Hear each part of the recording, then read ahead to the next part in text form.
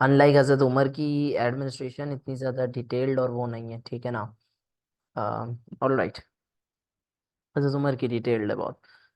हजरत Abu बकर के administration, again एक combined question आएगा आपको हजरत अबू बकर के एडमिनिस्ट्रेशन से रिलेटेड। एडमिनिस्ट्रेशन।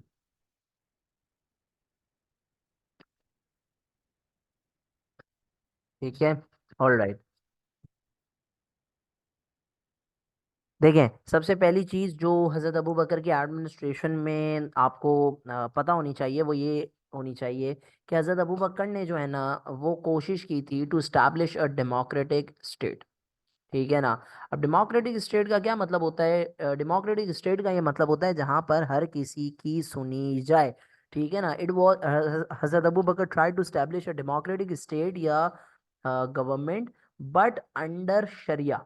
ठीक है, prophet Muhammad peace be upon him की शरिया या सुन्नत के मुताबिक, सुन्ना के मुताबिक हजरत अबू बकर ने अपनी एम्पायर को, अपनी जो खिलाफत है उसको चलाने की कोशिश की थी। अब इसके अंदर मैं आपको कुछ एग्जांपल देता हूँ। फॉर इंस्टेंस हजरत अबू बकर ने अ, अभी हमने थोड़ी देर पहले जब हम ये उसामा की एक्सपीडिशन पढ़ रहे थे तो देखें लोगों की क्या मजाल के वो हजरत अबू बकर को आके ये मशवरा दें, ठीक है, कि नॉट टू कंटिन्यू एक्सपीडिशन।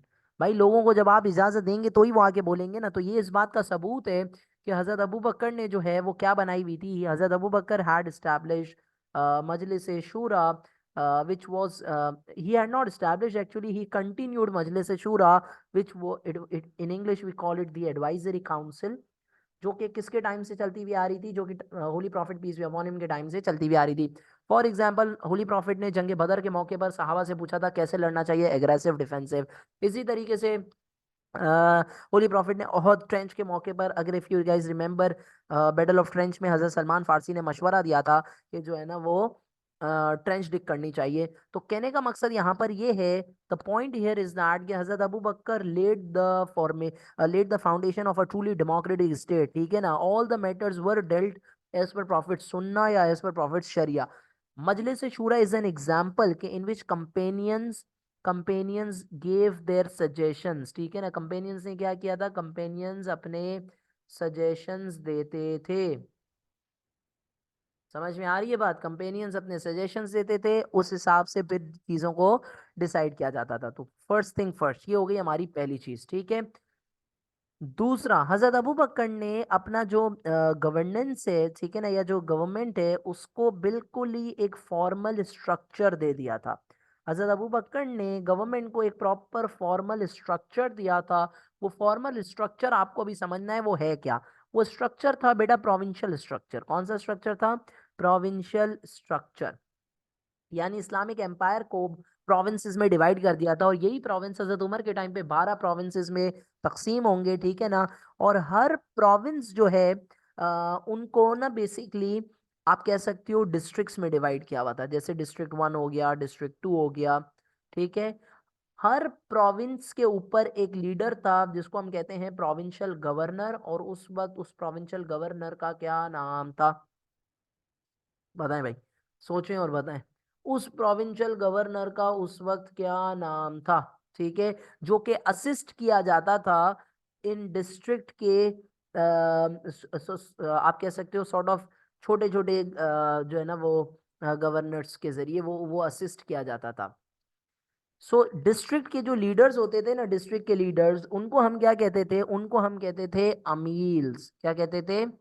अमील्स। इन अमील्स का क्या काम था? इन अमील्स का काम बिल्कुल सिंपल सा था। वो क्या काम था इन अमील्स का? ये काम था टू हेल्प प्रोविंशियल गवर्नर्स। ठीक है। जैसे मैं आपको ये पॉइंट समझाने के लिए एग्जाम्पल के तौर पे समझा दूं, जैसे सिंध का एक प्रोविंस है। अब सिंध में बहुत सारे डिस्ट्रिक्ट हैं। बदीन डिस्ट्रिक्ट है, ठीक है ना, जामशोरो डिस्ट्रिक्ट है, ठीक है ना, ठट्टा डिस्ट्रिक्ट है, ठीक है ना, दादू डिस्ट्रिक्ट है। तो इस तरीके से उस वक्त जितने भी हमारे जो मुस्लिम जो एम्पायर था उसके जो प्रोविंसेस थे उसको हमने डिवाइड किया था इन डिस्ट्रिक्ट्स। इससे हो क्या रहा था? इससे फायदा क्या था? इससे फायदा ये था, एफिशिएंसी बढ़ रही थी, लोगों के काम जल्दी हो रहे थे, लोगों की जो कंप्लेन्स हैं वो सुनी जा रही थी। ठीक है ना। तो इन प्रोविंशियल गवर्नर्स की मदद करने के लिए हर डिस्ट्रिक्ट के ऊपर एक इंचार्ज बनाया गया था। उस इंचार्ज का क्या नाम था? उस इंचार्ज का नाम था अमील। और हर गवर्नर या हर अमील की कुछ रिस्पॉन्सिबिलिटीज हुआ करती थी। क्या रिस्पॉन्सिबिलिटीज हुआ करती थी?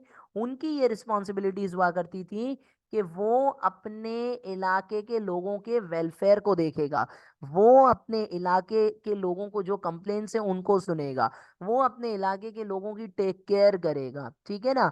ये गवर्नर्स की खास तौर पे हजरत अबू बकर ने पूरी एक लिस्ट बनाई थी, लिस्ट ऑफ रिस्पॉन्सिबिलिटीज। ठीक है ना? जिसके अंदर मिसाल के तौर पे हजरत अबू बकर ने बोला कि गवर्नर्स को चाहिए कि वो अपनी प्रेयर्स लीड करेंगे। ठीक है ना? इसी तरीके से प्रेयर लीड करने के अलावा they will have to keep a check on tax collection. ठीक है? और ये जो टैक्स कलेक्शन है उसमें प्रोविंशियल गवर्नर्स को कौन हेल्प करेगा? अमील हेल्प करेंगे। ठीक है ना?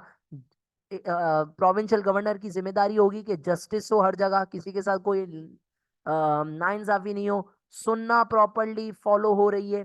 ये सब हजरत अबू बकर ने लिस्ट बनाई थी प्रोविंशियल गवर्नर की, उसका ये काम था। समझ में आ गई बात?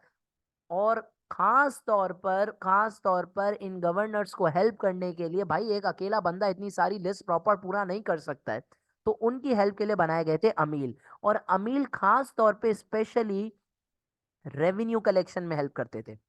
ठीक है ना? इस्लाम एक एम्पायर जैसे जैसे बढ़ता जा रहा था तो हमें डिफरेंट सोर्सेज से रेवेन्यू मिल रहा था। फॉर एग्जांपल जिजिया, फॉर एग्जांपल ज़कात, उशर, सो ऑन सो फोर्थ। ठीक है?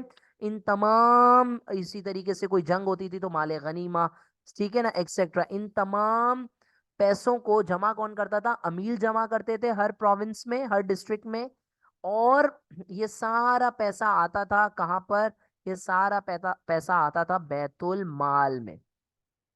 ठीक है ना? और हजरत अबू बकर ने बैतुल माल का इंचार्ज किसको बनाया?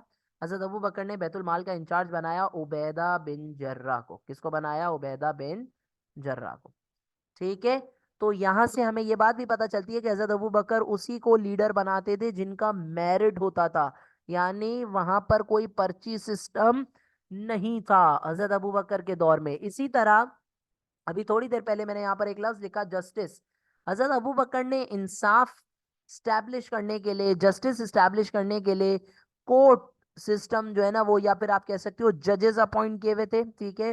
Who were basically known as qazis. उनको क्या कहते थे? उनको कहते थे काजीज। ठीक है? फॉर इंस्टेंस हजरत Umar, he was appointed as a Qazi.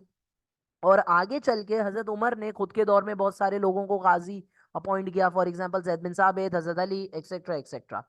Military improve करने के लिए, मिलिट्री को ट्रेनिंग्स दिलवाने के लिए हजरत अबू बकर ने जो है ना वो कैंटोनमेंट स्टैब्लिश किए। ठीक है? जहां पर हमेशा एक रिजर्व फोर्स तैनात रहती थी कि अगर खुदा ना खास्ता मदीने के ऊपर कोई अटैक हो गया, पॉल प्रॉफिट या अपोस्टेसी ट्राइब्स में से किसी ने अटैक कर दिया, तो जरूरी है कि मदीना में एक रिजर्व फोर्स मौजूद रहे। ठीक है ना? Holy prophet peace be upon him की सुन्ना प्रॉपर्ली इंप्लीमेंट होती थी। इसका मतलब सुन्ना, द कुरान एंड द सुन्ना वर सुप्रीम लॉज। हर चीज जो हुआ करती थी वो किसके अंडर में होती थी? कुरान एंड सुन्ना के। भाई हजरत अबू बकर के दौर में कोई पुलिस सिस्टम नहीं था।